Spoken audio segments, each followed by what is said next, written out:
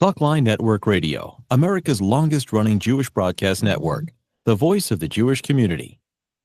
Welcome to the podcast. You are now tuned in to this episode of our podcast. Today we are going to interview some of the greatest and most influential minds in our field. And now, please welcome your host. You're listening to Talkline with Zev Brenner, America's premier Jewish broadcast on the air since 1981. And we're back. One of the people that I admired the most during my 40-some years being on the air was Senator Joe Lieberman. He was a real supermensch, and now he's the focus of a new movie called Centered, Joe Lieberman. And with us right now is his son, Matthew Lieberman, who's a businessman, an educator, former advisor to his father's campaigns. You can see him on Newsmax TV. He has a Substack platform, The Lieberman Files. He was involved in politics, having run for office, and he's also past president of the Jewish National Fund for the Southeast and a strong supporter of Israel and Jewish causes. Matthew, welcome to the program. Thank you for joining us. Zev, it's good to be with you. Good to be with you. Thank you. Good to be with you, too. And I think this movie is a wonderful legacy to your father, who was really center. He was center. He was not right or left. He worked with Democrats and Republicans, a refreshing way of doing things compared to what's happening today, right? Very refreshing. And, I think he totally owned the descriptor centered, but I don't think he ever tried to be centered. I think he just saw it as being a human, just being a regular person, and not feeling like, you had to be all for one way and then therefore against everything the other way, but rather like most of us, a person who sort of lived in the world and saw good and bad and wanted to do good and realized you have to work with people to accomplish that. You can't just say it from a mountaintop and have it become so. So he was in addition to being my dad, he was a great leader. Today's his yard site, actually, his first yard site, and is a Shama Shavin Aliyah. Yeah, amen. Thank you. Now, he was a great man, but to tell you something, I interview a lot of elected officials. Your father was humble, and I think that's really an important thing. Where if you're humble, you work with people. If you're arrogant, you don't work with people. Thank you. I agree. He had, for someone who accomplished so much and had every reason to kind of breathe in the fumes of his success and become arrogant. Not only didn't he, I think the way he was wired, he couldn't. And I think his humility came from a very basic tenet of his faith, of our faith, that we are all of us created B'Tselem Elohim. And that being the case, how are you going to hold yourself over one of your fellow brothers or sisters here on earth? And I think his humility and his respect for others came from that knowledge that we're all together, we're all fundamentally equal, and any way we act that's counter to that is counter to what God would want us to do. Absolutely. I think I shared to you offline is that one of the times that I met your father was he was running for attorney general. He was actually in my house, and I said to him, I predict one day you're going to be a Jewish president. And he goes, you and my mother. He almost got there, right? You worked on the campaign, Gore Lieberman campaign. I did. I was at that. I'm a lawyer by training, but I avoided that mostly. First part of my career was in education. I was teaching, and I took a semester off to work on Gore Lieberman all over the country, and then I took another year off to work when my dad ran for president in 2003, 2004, and neither of those worked out. The Gore Lieberman one, again, very close. got more votes by over 500,000 nationally, but so many amazing experiences as an American and as someone who loves politics and loves my dad. Just to be a part of that at that level was phenomenal. Did he ever consider challenging the election results because the Gore Lieberman, that race was so close? So close. Did he have a Yetzer Hara, a temptation to say, let's fight this all the way? He did not. And in this film that can be seen in Regal theaters across the country tomorrow and Wednesday, and you could, I guess, go to centeredfilm.com. and you can get all the screening sites in Regal theaters the next couple of days. Anyhow, he says that not only did he not have that Yetzer Hara, but he feels that the speech that Al Gore made conceding was the best speech he ever made, and he was extremely proud to be a part of that. That said, he absolutely encouraged Gore, and they were on the same page about this, to challenge, to proceed in the American way in court up to the point where the Supreme Court ruled, and we are a nation of laws, and you respect that even if you don't agree with it, and you move on. So that's the way it should be done. Now, Matthew, you stress how religion is an important part of his life, your family's life. Now, one of the most amazing things that he ran in Connecticut, he was from Connecticut when he first ran a place where you didn't have a majority of Jews. He did not work on the Sabbath, on Shabbos. In fact, he wrote a book about Shabbos. And yet people gravitated toward it. They looked at him as a figure where they voted him in office. Tell us about that. Was he surprised that he was able to win, not campaigning on Shabbos, being an Orthodox Jew? How did that play out in your life, in his life, and his electoral life? Yeah, so he grew up in Stamford, Connecticut. He was born in 1942, and as he always described his upbringing through high school, it was kind of the classic American melting pot community where, you had the Jewish kids and the black kids and the Irish kids, the Italian, everything. And I think he just grew up in that. That was America. And I think rather than being surprised that he succeeded as a very openly Jewish person, I think he would have been surprised if that had kept him from succeeding. I think, it would have been like if you had told him, that guy, he can't make it because he's Italian American. He'd say, what? This is America, of course. And so, with Shabbat, I think he had some trepidation carrying his observance into politics. But as he often said, once people in politics recognize yes, he missed their event on Friday night, and they might have been ticked off. But when they realized that it wasn't just their event, he wasn't picking and choosing, that it was a matter of principle, they not only accepted it, they respected it, they embraced it. And I think he saw all across the country very graphically in 2000 in places where there weren't Jews in this country, that the people of faith gravitate to other people of faith, respect other people of faith. And I think people who are part of a minority, who are every day in any way aware that they're different from most of the people around them, they also gravitate to someone who's part of another minority, who's also being completely open and proud about who he is. So I think it all helped him, and that's what this country is supposed to be about. Absolutely, and that's why the film center Joe Lieberman really captures who he was, and I believe he's in the center now. In fact, at the time of his passing, he was working with a No Labels group. They were looking to have a change from Republicans and Democrats to do another way. Was he considering possibly running again, either as president or vice president candidate with the No Labels group? No, that wasn't part of the plan. That was not part of the plan. He was he very much saw his electoral politics days as behind him. So no, that was not part of the plan.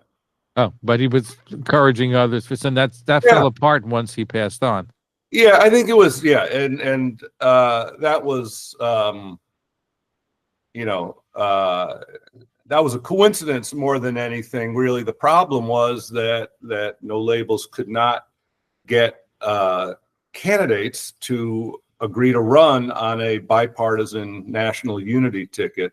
The whole idea was it was an insurance plan for America in the event you were cruising towards a showdown between, let's say, Trump and Biden, which is what we were cruising towards then, that 2/3 of the American people, would prefer to have another choice. Despite that, because of the power of each party, you couldn't get Democrats and Republicans of stature to agree to be a part of this because they realized it would ruin their prospects as Democrats or Republicans. Chris Christie apparently was ready to do it as a Republican at the top of the ticket, but there was no Democrat of acceptable experience and stature who was ready to come on as the vice president. So it didn't work out, and the way in which it didn't work out almost proved the point of how much we need to break this kind of broken down two-party hyper-partisan politics, because it's not serving the people well. Our guest is Matthew Lieberman, a businessman, educator, former advisor to his father, the legendary Senator Joe Lieberman, whose first yahrzeit is being commemorated. Also the focus of a wonderful film called Centered, Joseph Lieberman, which people should see. It's at the Regal Theaters, and you can go to centeredfilm.com and you can get more information about it. And even if you missed the showing, there is going to be other showings too, right? Yes. So the next... It's centeredfilm.com. Yeah, I'm sorry. Go ahead. I think it's Centered. Yeah, I can't... My memory. It's centeredfilm.com. I just checked. Yes. Yeah, so it's going to be tomorrow and the day after in, I think, 60 theaters across the country. And you can find those listed at that website you just mentioned. And then hopefully it'll be picked up by a streaming service. I think it'll be on PBS at some point. We don't know. We hope at some point it'll be on your El Al flights to Israel. But for the next 2 days, you can, and it's really an antidote to the mess that we're all either watching every day on TV with our politics, or many of us, including myself, are trying not to watch it every day on TV because it makes us crazy. And there are other miracles and wonderful things of God to survey around us instead of our politics that probably lift our spirits a little more. But this movie is one such thing, and really, we say there's no. My dad was amazing, but nothing that he ever said or did was like, well, only Albert Einstein could come up with an idea like that.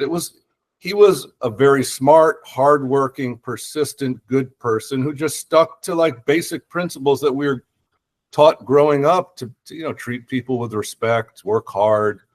And it's all stuff we can do. It's all stuff all of us can do and be a part of the solution in that way. So let me ask you this. Your father said he wasn't going to run again. It was hard to find qualified people to run. You grew up in the house of your father and your mother, Hadassah, and you lived politics, and we'll get to it. So I know you ran once. Tell us about that, and maybe did your father encourage you to run a second time?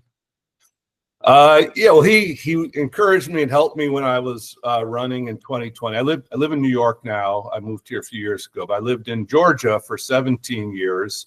And really, I had thought about politics coming out of law school, and then just life took certain turns, and it didn't make sense. And the way there were 2 Senate elections in Georgia in 2020. One was a special election because Johnny Isakson had died, and I looked at who was running, and I decided, you know what, I don't think they're that great, and I think I could do better. And it was under the terms of Georgia law, the special election. It was what they called a jungle primary, which means there wasn't a Democratic Party primary, which I didn't think I could ever. One, I wasn't really involved in Georgia politics. 2, the Lieberman brand isn't really conducive to Democratic primary politics nowadays. But it happened to be an open primaries. Everyone just went directly to November. There were 20 plus people on the ballot. The top 2 would advance to a runoff.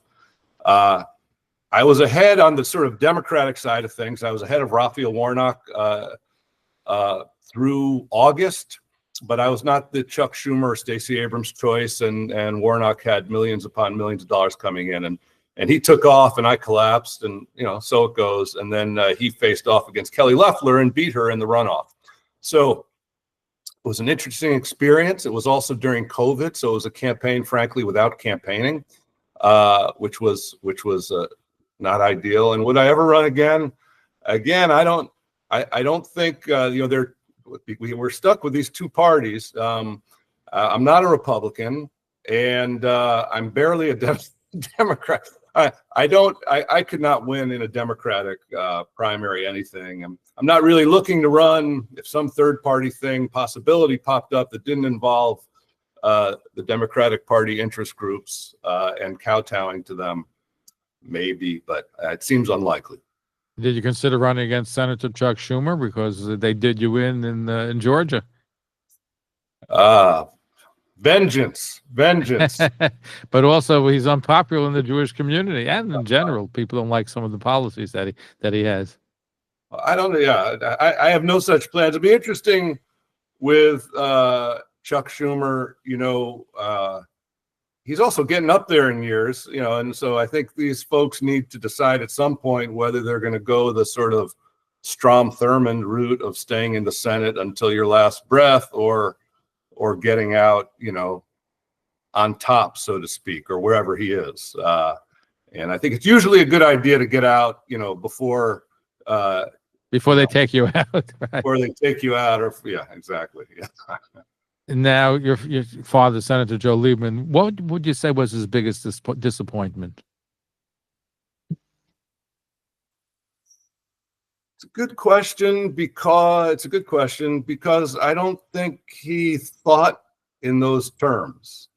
Obviously, he didn't succeed in everything he tried politically.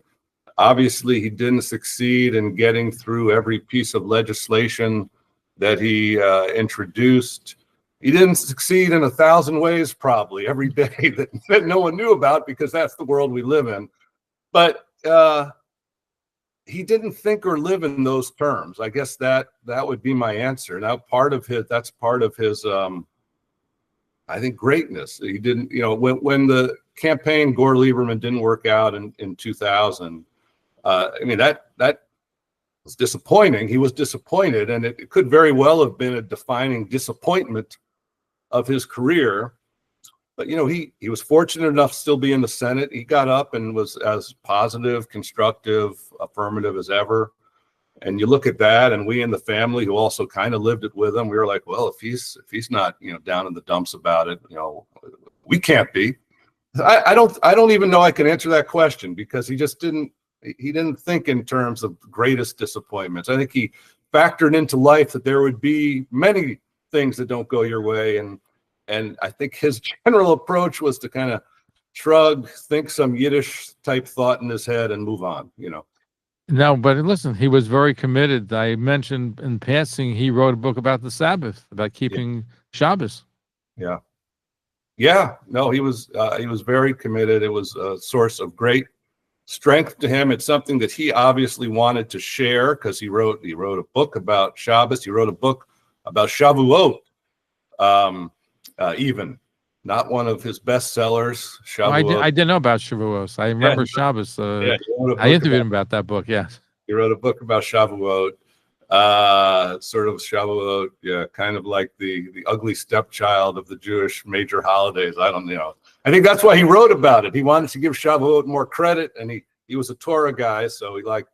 But it gave him great strength, and I think he also saw the audience for these books being, Jewish people, but also Christian people. And I think in fact, the book, The Gift of Rest, about Shabbat, I think had its biggest readership among Christian reading groups, church-based reading groups, that was his hope, that he saw the Sabbath not just as a gift from God to the Jews, but as a gift from God to humankind, and that all of us, in whatever way we're able to, can tap into that gift and derive strength from it, whether in the traditional Jewish way or some other way.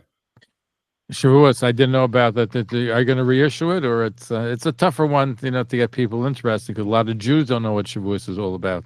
Yeah. I'm not sure. It may still be. You could probably find it online. I'm not sure.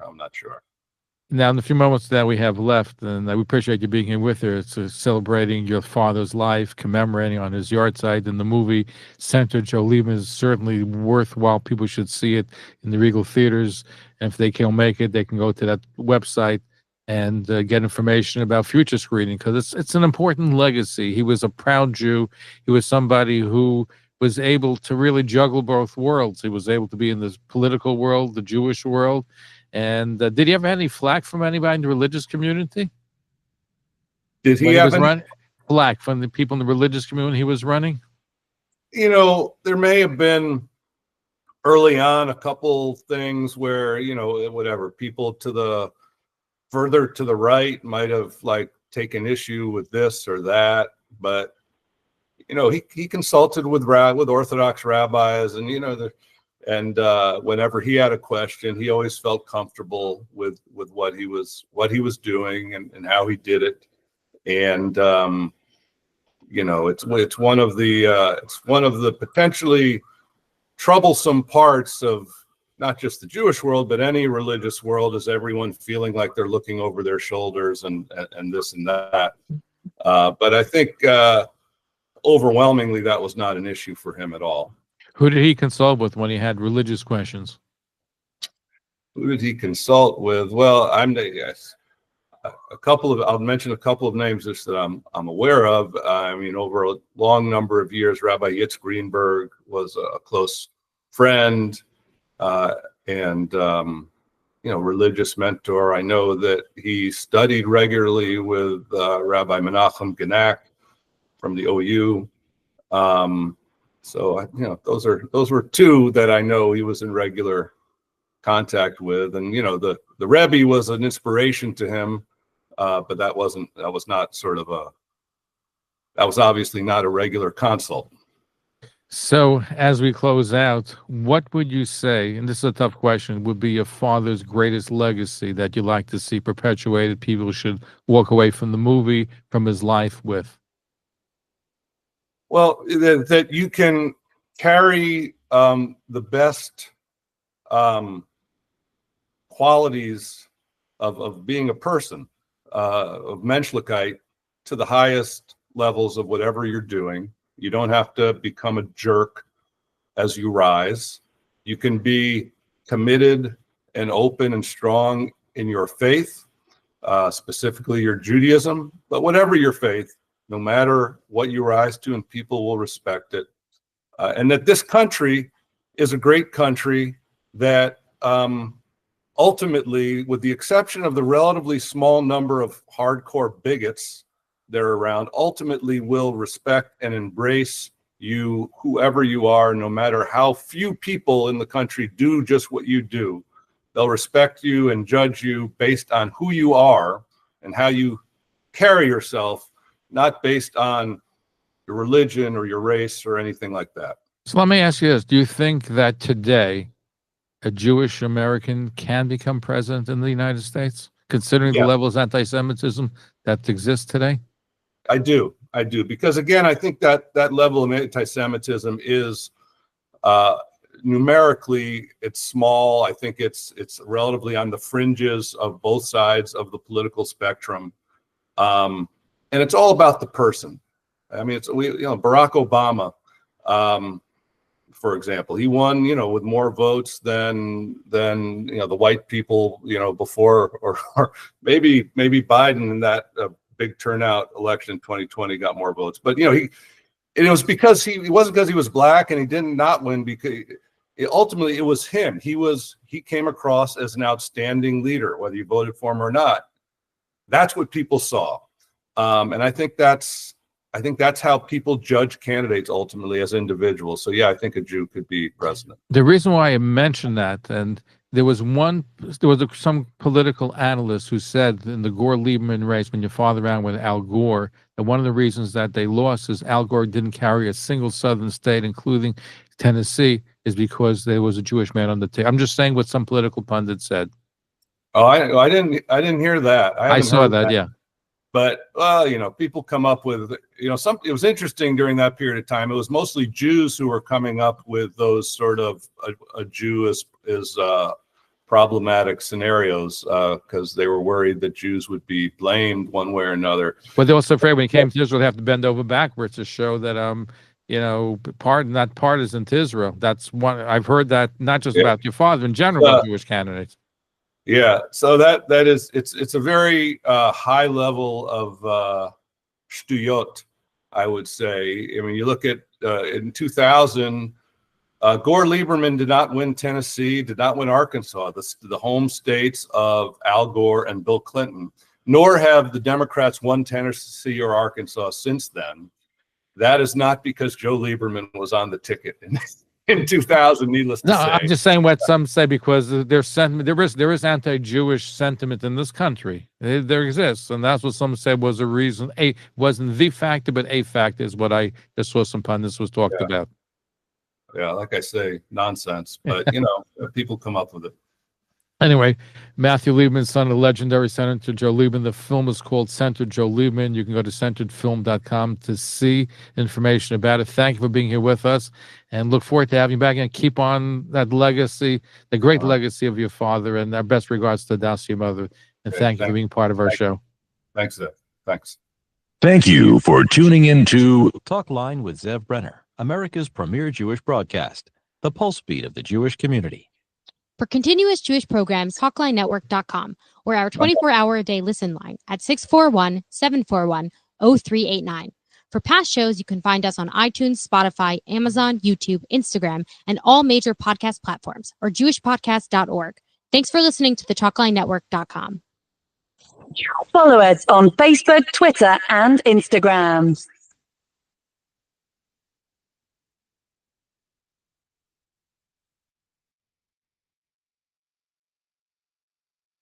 Hello there.